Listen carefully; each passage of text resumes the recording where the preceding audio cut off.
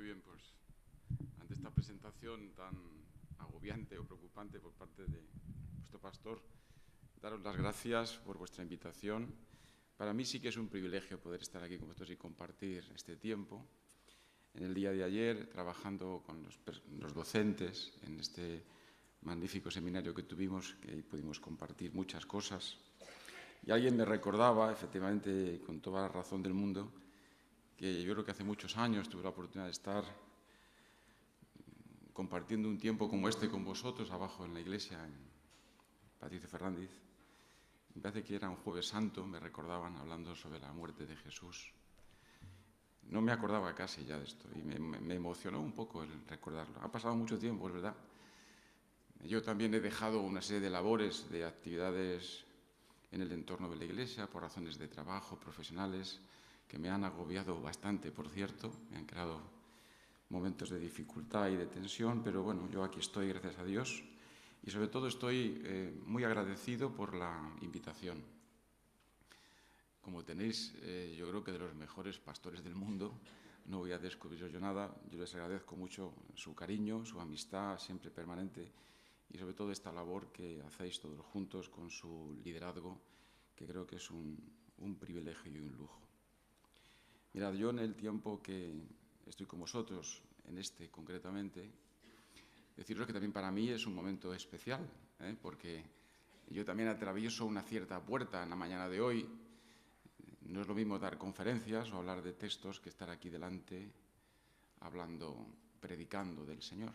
Es para mí una puerta que atravieso tras una serie de un plazo largo que me di por razones muy personales y también de trabajo. Lo cierto es que aquí estoy y solamente para deciros brevemente lo siguiente. En el día de ayer estábamos trabajando en el taller, en el seminario, y surgió un texto que brevemente yo os voy a leer, que está en Proverbios 2 y dice así: Hijo mío, si recibes mis palabras y guardas en ti mis mandamientos, haciendo estar atento tu oído a la sabiduría, si inclinas tu corazón a la prudencia, si invocas a la inteligencia y pides que la prudencia te asista, si la buscas como si fuera plata y la examinas como un tesoro, entonces, y solo entonces, entenderás el temor de Jehová y hallarás el conocimiento de Dios. Texto conocido.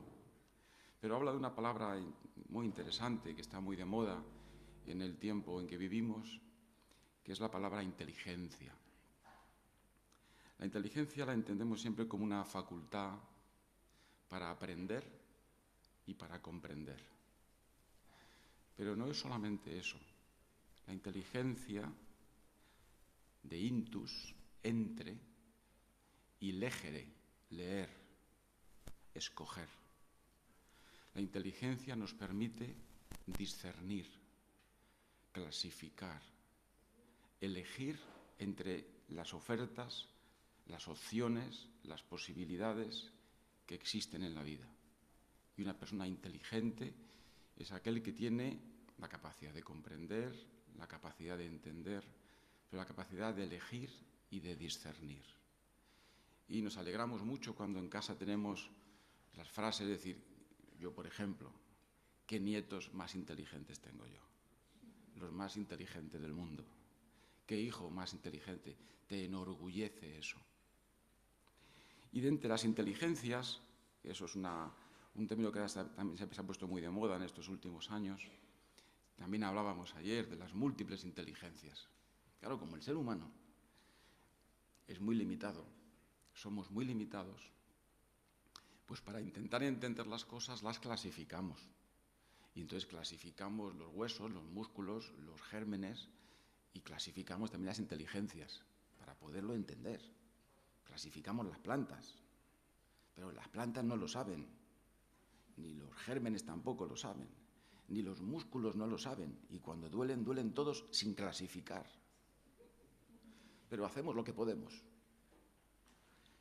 Y se habla de una inteligencia que también conocéis, que es la llamada inteligencia emocional, en el que se dice que el ser humano no es solo un ente pensante, sino que también es un ente que vive en pensamiento y en emociones. Largo sería aquí hablar de las emociones, pero lo que sí es cierto, y hay una realidad, es que así como los diferentes pensamientos y actitudes nos pueden separar y nos pueden enfrentar, así como las diferentes opciones sociales, políticas o religiosas nos podrían enfrentar, las emociones, aquellas que dejamos de lado, las emociones nos unen. Los hombres ríen juntos y los hombres lloran juntos. Y hoy sentimos la emoción de un cumpleaños, de un tiempo de alabanza, y la emoción nos une.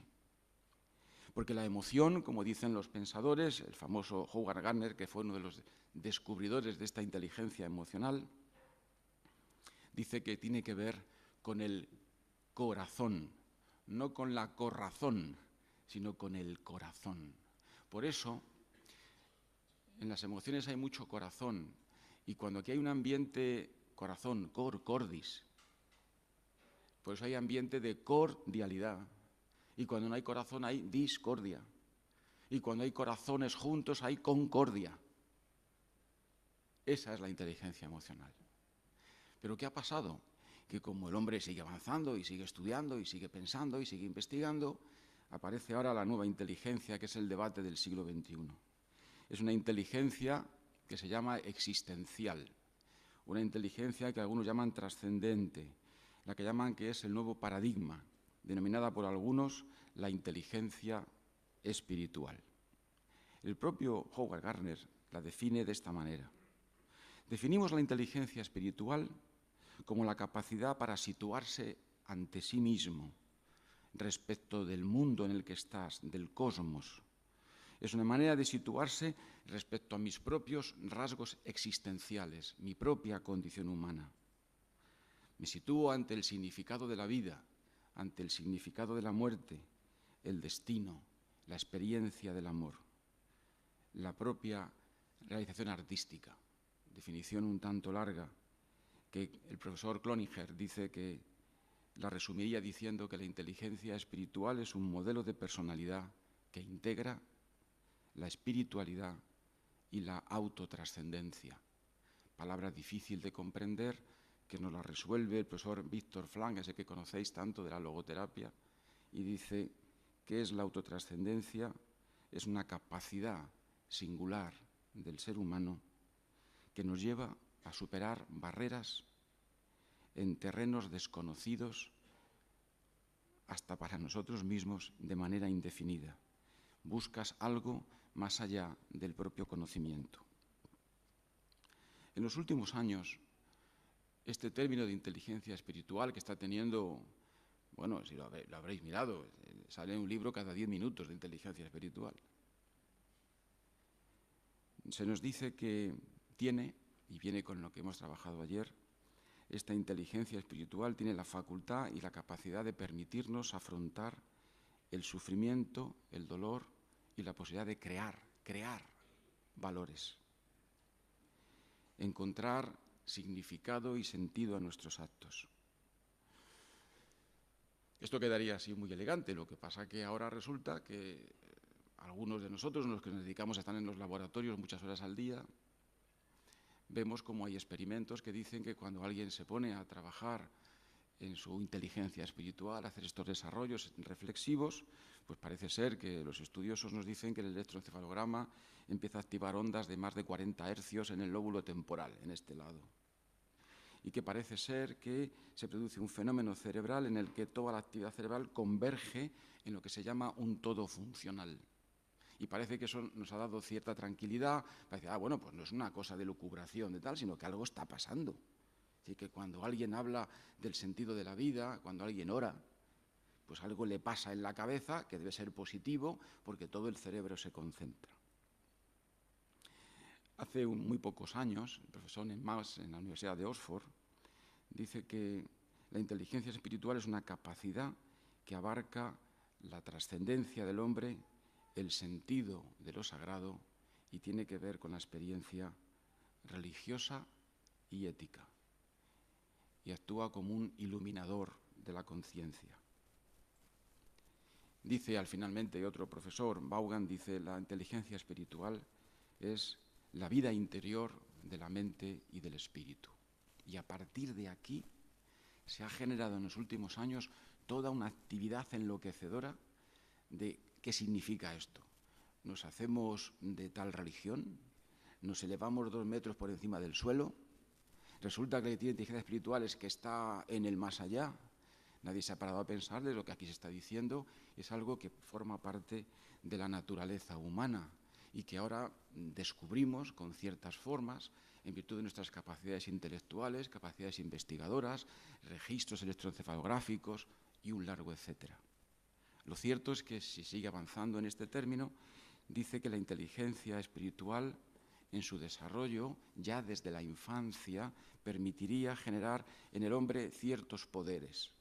Por ejemplo, le permitiría al ser humano que la desarrolla buscar mejor el sentido de la vida, preguntarse mejor las preguntas últimas. Ya sabéis que en este tiempo que vivimos tan difícil, no es un problema de respuestas, no va a ser un problema de respuestas, no las encontramos, ni la de la crisis económica, ni de la crisis laboral, ni de la crisis sanitaria, ni de la crisis personal. Va a ser un problema de preguntas, que no nos estamos haciendo las preguntas por orden, que no nos hacemos las preguntas importantes. ¿Quién soy yo? ¿Quién me está cuidando? ¿Hay alguien que me conoce más por encima de mi esposa, de mis hijos, de mi familia? A lo mejor es una de las preguntas, porque si nos preguntamos mal, nos respondemos con error y nos crea eso angustia y tensión. Lo cierto es que esta inteligencia espiritual también nos dicen que genera una cierta capacidad de distanciamiento cuando hay un gran problema, saberse colocar a la distancia de cuando tenemos una dificultad. Qué importante es esto en mi profesión. Colocar a una persona a una cierta distancia cuando se le ha dicho algo que es grave, que es severo, que es difícil. Es tan difícil o más como mantener la distancia en el coche cuando yo ahora me marche a Madrid, que todo el mundo se queda pegado porque no permite la distancia y hay accidentes. Si mantienes la distancia, haces prevención de muchas situaciones. También la inteligencia espiritual nos permite la capacidad de autotrascender. Trascender, autotrascender, enfrentarse a lo nuevo, a lo desconocido, a lo misterioso, a lo que nos desborda, a las situaciones límite, determina un deseo de superación extraordinario. Qué importante es también esto en mi profesión. Cuando alguien se va a poner la quimioterapia y al salir, pues si fuera yo, pues me pondría la quimioterapia y me cortaría las venas. Pero algunos enfermos se van a tomar un café con churros, con los amigos. Digo, pero ¿a este qué le pasa? Quizá ha desarrollado a través de su inteligencia espiritual y sus necesidades un sentimiento de autotrascendencia en el que, siendo objetivamente capaz de detectar que tiene grandes carencias en la vida, por contra tiene grandes esperanzas. La esperanza es la certeza de lo que no se ve. La esperanza no es esperar. La esperanza es una nueva disposición para vivir el presente. Entonces, esto de la inteligencia espiritual es muy interesante. La inteligencia espiritual permite también, nos dicen los textos y los pensadores, que desarrolla mucho el gozo estético. Gozar de la música, del arte, de la conversación, de la luz, de un mensaje, y por lo tanto determina, provoca el asombro. El asombro. El asombro, asombro, no hay sombra. De repente la sombra desaparece. Cuando alguien se admira por la presencia de Dios en su vida, por la presencia del amanecer, queda literalmente admirado, asombrado. La sombra se fue. Esa que nos persigue, por cierto, siempre. Determina, por lo tanto, la inteligencia espiritual un autoconocimiento, la capacidad de investigarse más dentro. ¿Qué me pasa a mí? ¿Por qué soy así ahora? ¿Por qué no puedo ser mejor queriendo serlo? ¿Qué facultades me faltan? Empiezo a valorar y llego a encontrar una situación que me produce cierto temor, que es el misterio. Pero esto de Dios está claro, no está claro, no lo entiendo bien en el texto, no coincide Proverbios con Filipenses y no coincide el apóstol Pablo con lo que dice Lucas, y resulta que la historia nos dice otra cosa y yo esto no lo entiendo y no lo entiendo, y se pone rabioso, porque quiere entenderlo y no puede. Y a lo mejor la pregunta, que no la respuesta, es ¿qué es el misterio? Y el mundo de hoy se responde al misterio como diciendo, sobre todo en ciencia. Bueno, el misterio, Fernando, está clarísimo. El misterio, lo que pasa, Fernando, es lo que queda por conocer. Tú en el tiempo que vives, pues la ciencia ha evolucionado hasta aquí, pero imagínate dentro de 200 años. Es lo que queda por conocer, no le des vueltas. Es un residuo de nuestro estado de ignorancia, que sí reconocemos. Bueno, y te vas intranquilo. Pero que para mí el misterio tiene que ver con lo oculto. Pero lo oculto no es una cosa oscura, no es una cosa escondida. A lo mejor es que lo oculto, el misterio que tiene que ver con lo oculto, es luz. Amanecer es un misterio. Anochecer es un misterio. Amar es un misterio. Orar es un misterio. Porque de repente Dios aparece como un tú. Al orar, Dios se convierte en un tú, en un amiguete. Luego entonces uno entiende que en esta inteligencia espiritual puede llegar a alcanzar que este misterio, que se trata como lo que queda por conocer, yo creo que no es así, sino que el misterio puede ser luz. Y si os dais cuenta, la luz no está para ser vista, sino está para dejarse ver. Por eso uno percibe esa luz y percibe ese misterio, ¿dónde? Dejadme que os ponga algunos ejemplos. Los ejemplos nunca son muy buenos a veces. No, cuando veis a un recién nacido dormir, esa paz que transmite, ¿de dónde viene?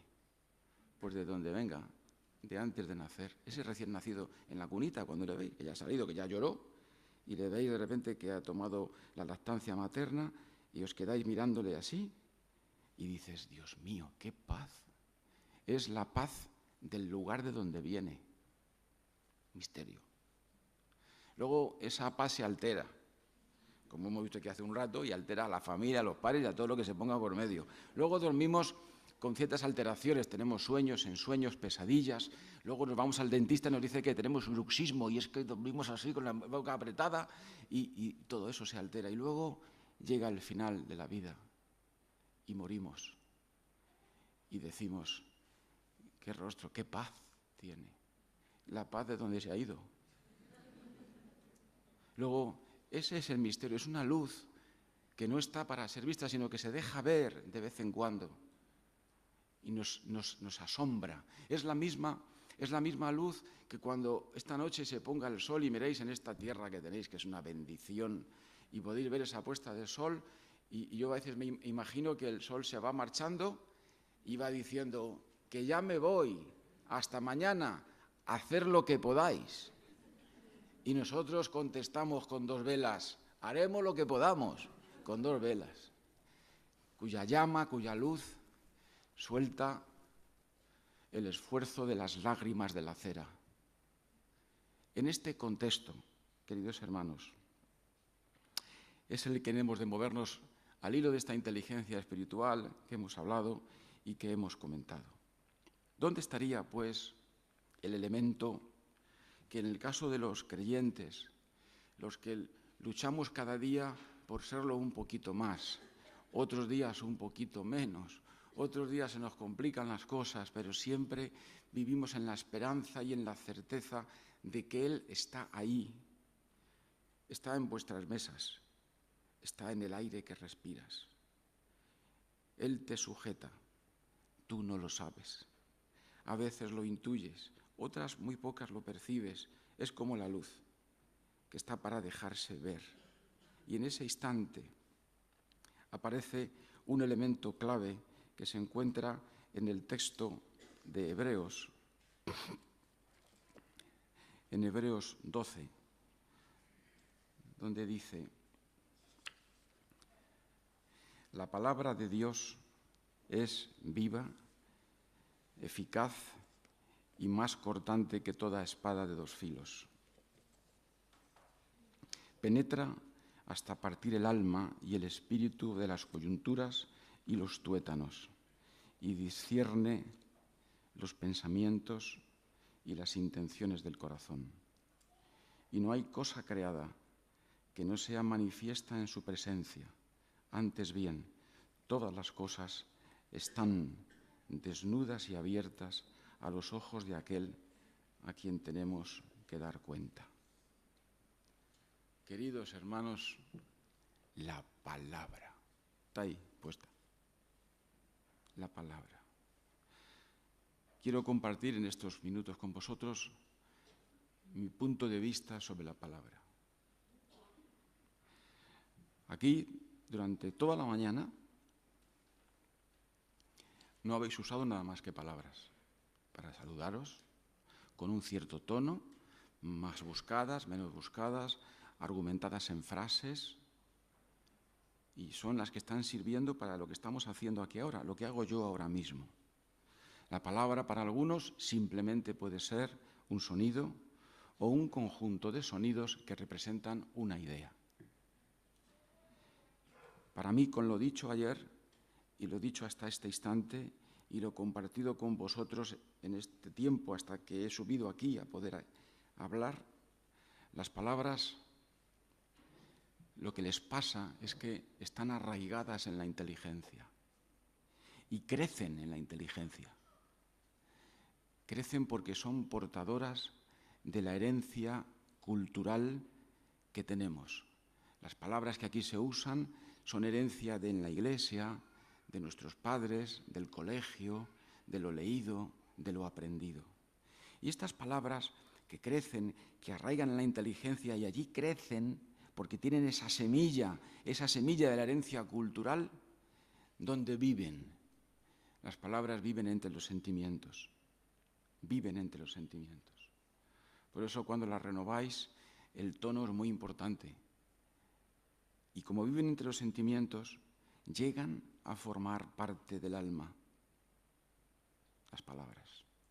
Las palabras felicidades, te queremos, creo, canta conmigo y adora al Señor, viven entre los sentimientos y forman parte del alma. ¿Y dónde duermen las palabras cuando se cansan? ¿Dónde dormirán vuestras palabras cuando lleguéis esta noche a dormir? ¿Dónde duermen? En la memoria. Las palabras duermen en la memoria. Por eso, cuando recordáis algo, cuando recordáis cosas de la Iglesia, cuando recordáis a un hermano, cuando recordáis un texto bíblico, las palabras se despiertan y brotan con una fuerza y un vigor como el que tendréis mañana cuando os levantéis a las 8 a trabajar. El vigor de un sueño descansado. Y ese produce elementos de ilusión y de motivación. Por eso tenemos esta necesidad de aprender, de intercambiar palabras, de comprender, de usar muchas, de muy diferentes, de aprender idiomas, porque solo con las palabras se produce un elemento milagroso, que es el de comprender y el de conocer. Ese es su misterio. Por eso el texto dice, repito, la palabra de Dios es viva, eficaz y más cortante que toda espada de 2 filos. Penetra hasta partir el alma y el espíritu, las coyunturas y los tuétanos. Cuidar las palabras, proteger las palabras, proteger la palabra de palabras, la palabra de Dios.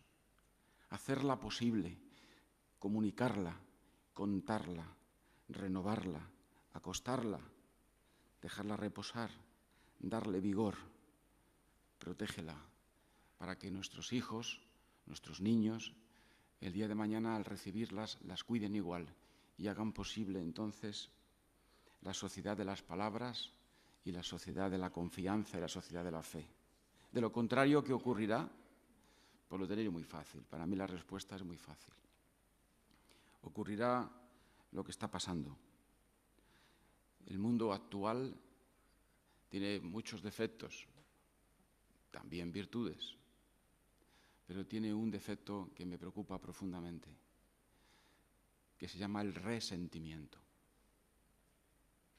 El resentimiento, decían algunos filósofos, que es lo que consume al hombre. La filósofa Hannah Arendt dice: el resentimiento es la disposición afectiva que caracteriza al hombre actual. Está resentido contra todo lo que le viene dado, contra la propia existencia, contra el hecho de que él no es ni creador del universo ni de sí mismo. Y está relacionado ¿con qué? Con la falta de generosidad, con la indignación soterrada, con los deseos de autoestima bastardos. El resentimiento es un combustible que está ardiendo permanentemente como hay en los pozos de petróleo. ¿Y qué podemos hacer? El texto de Hebreos dice en el versículo 14: acércate confiadamente al trono de la gracia para alcanzar misericordia y hallar gracia para el oportuno socorro. La respuesta no la entiendo bien. Sí, gracia, que te lo van a dar de gracia, que eres gracioso ante los ojos del Señor. Y Él va y te lo da, porque tú se lo pides en oración, te lo estudias, luchas por comprender, haces uso de la inteligencia espiritual que decimos ahora, que antaño no la llamábamos así, pero la ejercíamos también, y en ese recorrido, de repente, por gracia, te encuentras con la respuesta de frente, no la elaborada por ti, que ha sido una parte, pero el resto es por gracia, porque tú quieres buscarlo así, tienes esa voluntad de buscarlo así. Por esa razón, y ya termino, queridos hermanos, cuando hablamos con tanta soltura de la palabra de Dios y criticamos y estudiamos e indagamos, lo cual es bueno, siempre que el sentido, el horizonte sea la cercanía con Él, la esperanza en Dios y tener en algún momento la oportunidad de decir: Señor, aquí estoy, por tu gracia y de tu gracia espero. Y Él siempre contesta. Y si no, para que hay que esperar un poco y no hay que ponerse nervioso. Yo quiero volver a daros las gracias por tener esta oportunidad y poder contaros algunas de las inquietudes que de la lectura del texto pueden surgir, pero os animo. Sé que nos hace falta mucho ánimo, porque lo tenéis en los genes, pero os animo a continuar esta trayectoria de trabajo y de vida y de iglesia, a seguir indagando, buscando, viviendo el compromiso, sea con la inteligencia emocional, con la lógico-deductiva, con la musical, con la espiritual, sea con las que fuere, con todo el ser, para poner de manifiesto que Dios nos ama por gracia. Amén.